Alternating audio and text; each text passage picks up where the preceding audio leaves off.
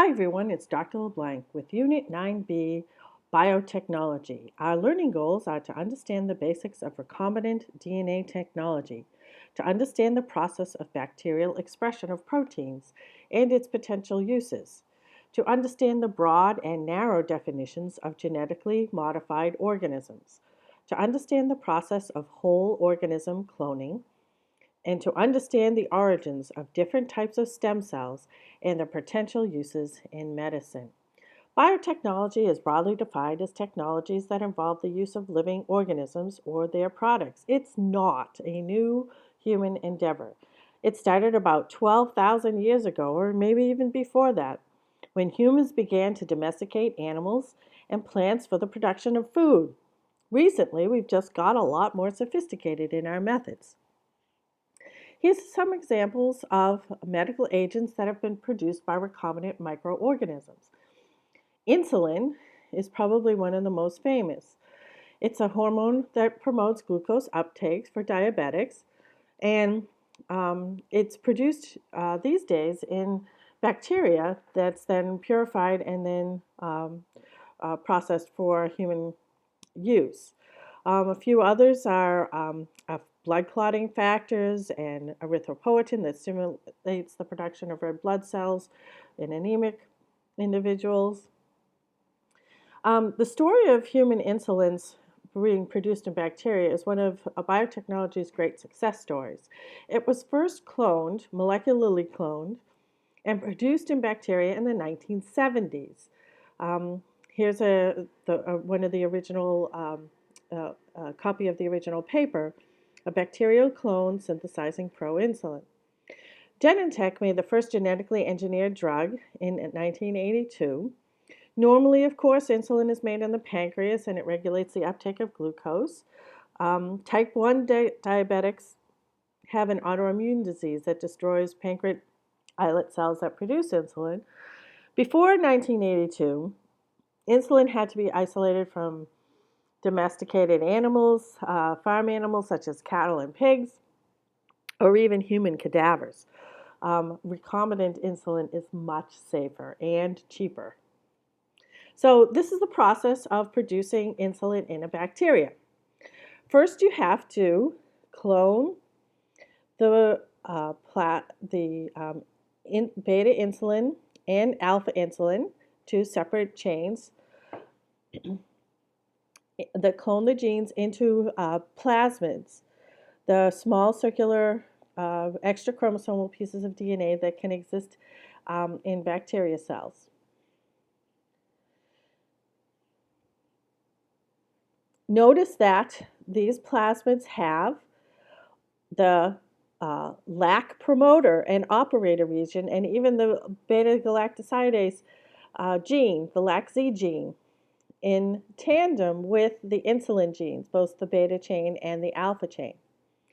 These plasmids have to be inserted into the bacteria cell, and because they carry ampicillin resistance, we can kill off all the bacteria cell that didn't take up the plasmid and just allow the bacteria cells with the plasmids to survive in the presence of ampicillin. That process of getting the bacterial plasmid inside a bacteria cell is called transformation. After that, we culture the cells, grow up lots and lots of them. And in an industrial setting, these would be grown up in huge, huge vats. The insulin A and B fusion proteins are secreted into the media of the cultured cells, so they're not actually even inside the bacteria cells, they're secreted out into the liquid medium. And then they're purified as fusion proteins. So there's a polypeptide that has the beta-gal gene and the A chain, or the beta-gal gene and the B chain. These are then processed to remove the beta-galactosidase, and you're just left with the B chain and the A chain of insulin. By treatment with cyanogen bromide, cyanogen bromide cleaves the peptide bond after the methionine, and you're left with just the parts of the protein that is the insulin. Then you need to purify these small chains, the A and the B chain, and you allow refolding and the disulfide bond formation. So active insulin has the A chain and the B chain held together by disulfide bridges. And that's active insulin. Animals can be genetically modified. Larger animals can be genetically modified either by replacing a gene that exists already in the cell or adding a gene to a second site in the genome. You can also delete a gene, and that's called a gene knockout. Here are a couple of nice looking salmon. This is the type of salmon you probably have seen in the grocery store. Adding an extra copy of a growth hormone that was engineered to be overexpressed makes an extra big salmon. So farm-raised salmon are much larger usually than wild-caught salmon.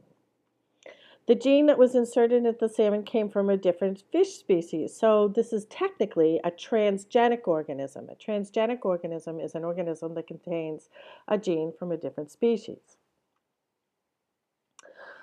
The banana. At this point in time, the banana as we know it, the Cavendish banana, is under attack by a very nasty fungus, Fusarium fungus. But molecular biologists are hard at work trying to create genetically modified organisms that are resistant to the fungus, so hopefully they'll be successful. If you want to learn more about this story, you can go to the SciShow video, follow this link. There's another SciShow video all about GMOs. Are they good? Are they bad?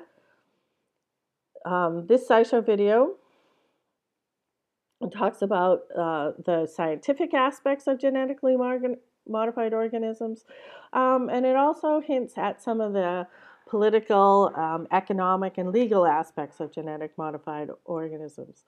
So it's the whole story. So it's a very good place to get some more information. Like we said before, genetically modified organisms can have genes replaced or they can have genes added.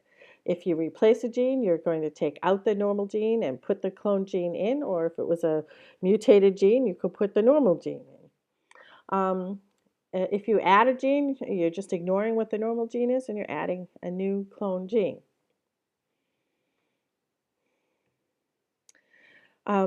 If you want the offspring to have the genes that you just used, you just inserted or replaced, it has to be present in the germline if it's to be inherited. So it has to be present in the eggs and sperm, or the primordial germ cells that are going to produce the eggs and sperm in order for it to be passed on to the next generation.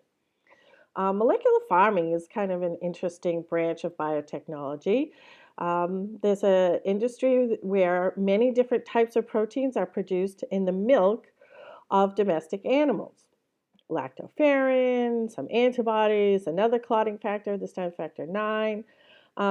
They all have been produced in the milk of different organisms, cattle and goats and sheep.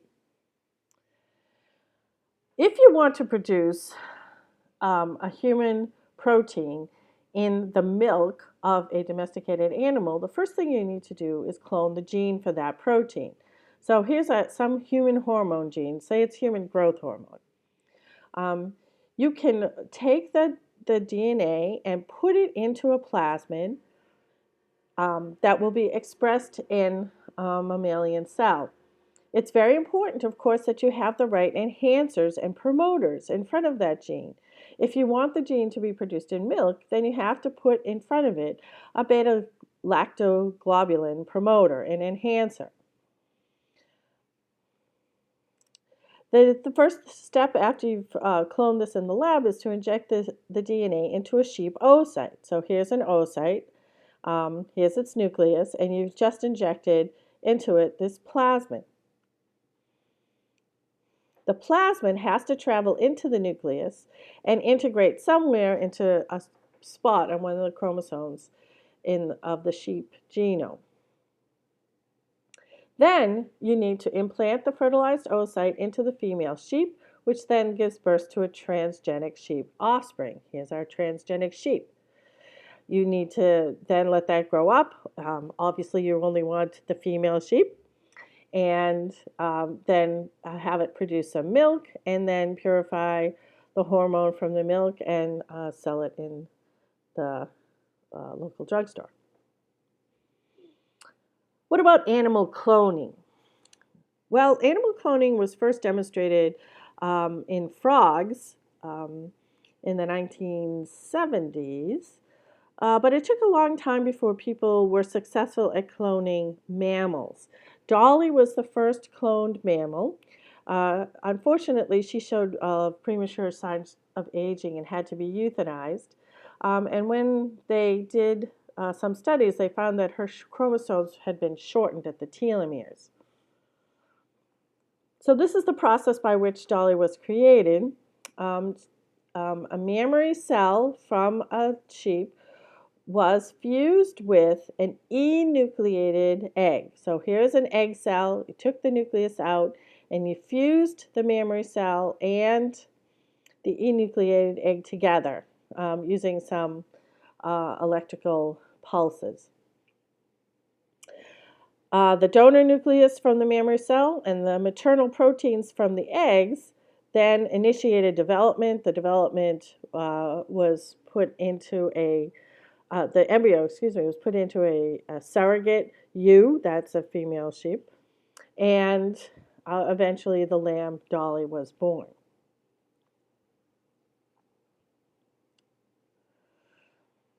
Transgenic plants have been very successful. They have been created with resistance to herbicides to produce vaccines. They've been made to be pest resistant and also to have increased yield. This is a schematic diagram of how to create a transgenic plant. You take a plant, you make something called a protoplast, and you use some modern biotechnology. There will be a future video cast with talking about the CRISPR-Cas9 system. Bottom line is you've genetically modified these cells, and since plant cells are totipotent, all you need to do is to add the right growth hormones, and these individual cells can grow up into a mature plant. So that step is quite easy for plants compared to trying to clone sheep. Here are some traits that have been modified in transgenic plants: resistance to insects and fungal pathogens. Hopefully they can do the same thing for the bananas. And resistant to herbicides. I'm going to talk about that in a second. You can improve the overall time in storage and actually alter the composition. For example, canola has been altered with regard to its oil composition and all other new products, biodegradable plastics.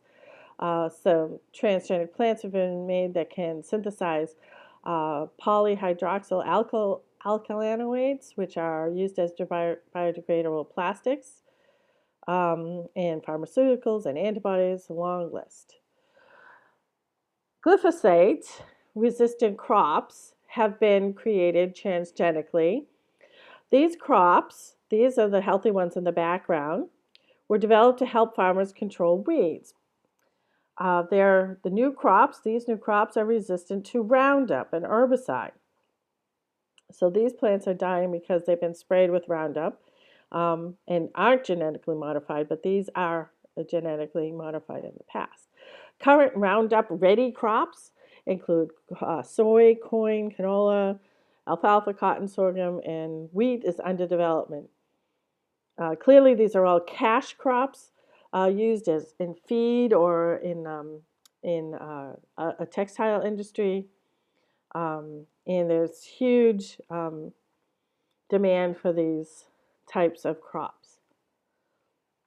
Another type of genetically modified crop are Bt plants.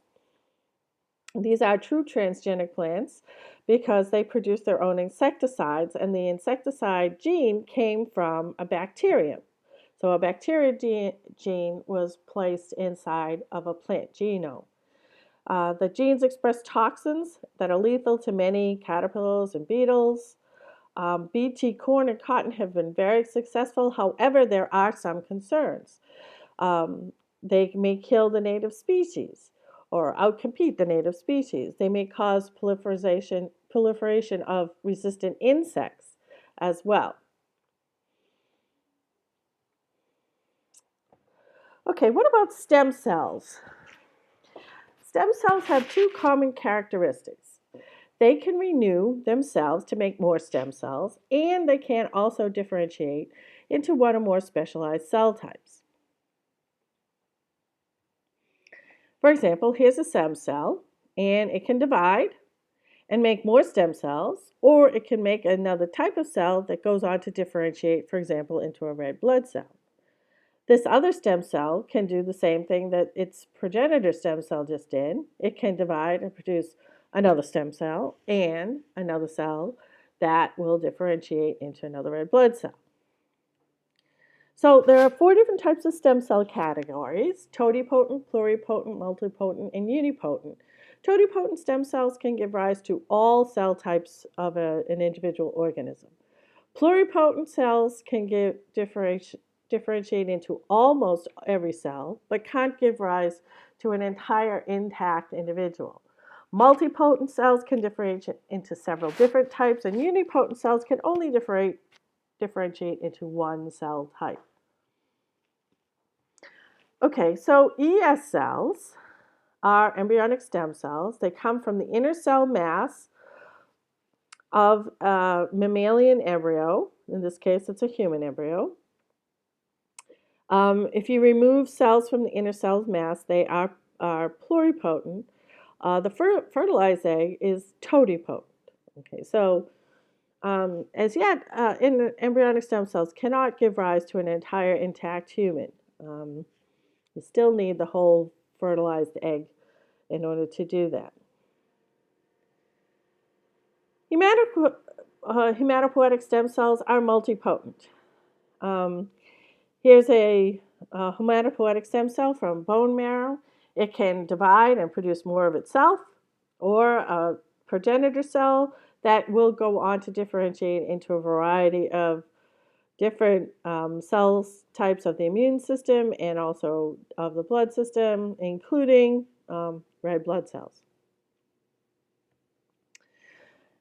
In 2012, the Nobel Prize in Physiology or Medicine was awarded to John Gurdon and Shinya Yamanaka for the discovery that mature cells, completely differentiated cells, can be reprogrammed to become pluripotent.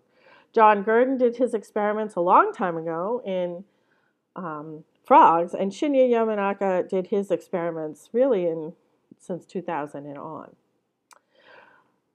And the cells that Shinya Yamanaka and his colleagues discovered are called induced pluripotential stem cells, IPS cells. They come from adult tissue, and they've been induced or reprogrammed to become stem cells. So here you have some skin cells scraped right off of the skin of an adult human. These are fibroblast cells. They're very nondescript looking cells. They just grow in culture and don't do too much else.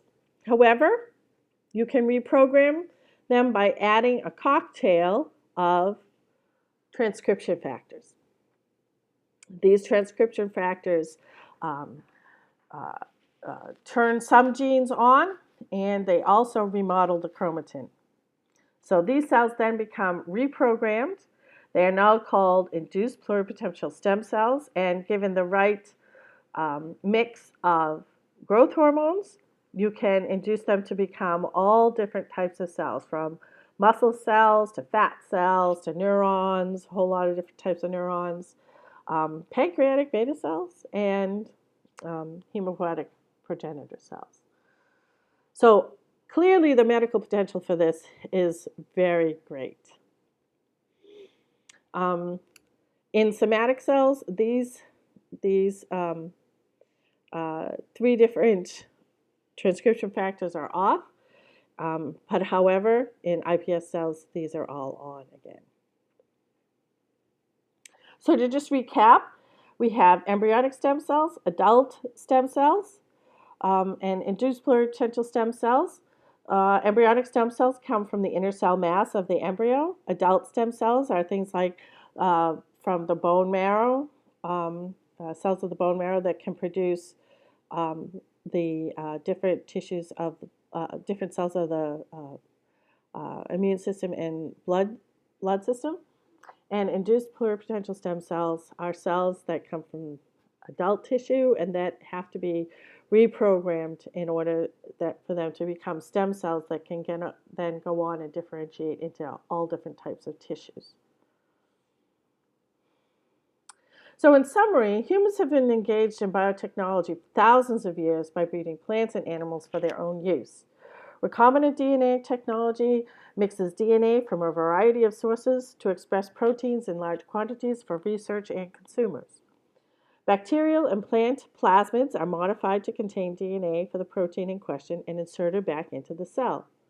Bacterial expression of human proteins has produced many medically important substances, such as human insulin. All domestic plants and animals that humans consume have been extensively genetically modified from their original wild-type counterparts. Current practices to create genetically modified organisms, or GMOs, involves the molecular targeting of particular genes. Genes can be added, inserted, or genes can be replaced or modified, or they can be deleted. Sometimes genes are inserted from different species. This is called transgenic modification. Molecular farming is the production of human proteins in the milk of transgenic animals. By engineering a gene with a promoter that is necessary to be secreted in milk, mammals such as sheep can be genetically modified to produce human proteins such as hormones in their milk. Creation of transgenic plants is straightforward because every plant cell is totipotent, capable of regenerating an entire plant. Transgenic plants have been educated to be resistant to herbicides and insects, to produce vaccines, and to increase yield.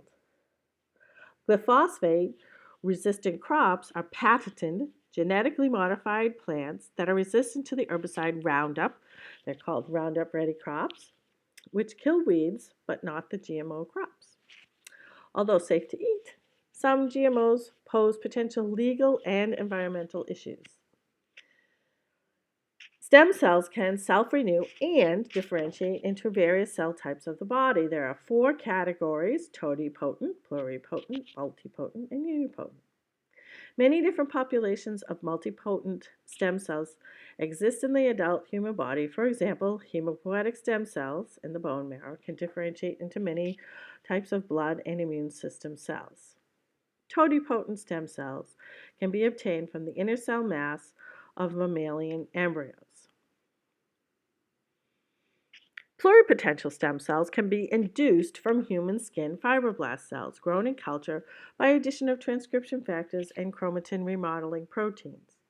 These induced pluripotential stem cells, or iPS cells, have great therapeutic potential. Shinya Yamanaka and John Gurdon were awarded the Nobel Prize for their demonstrations that adult stem cells could be reprogrammed.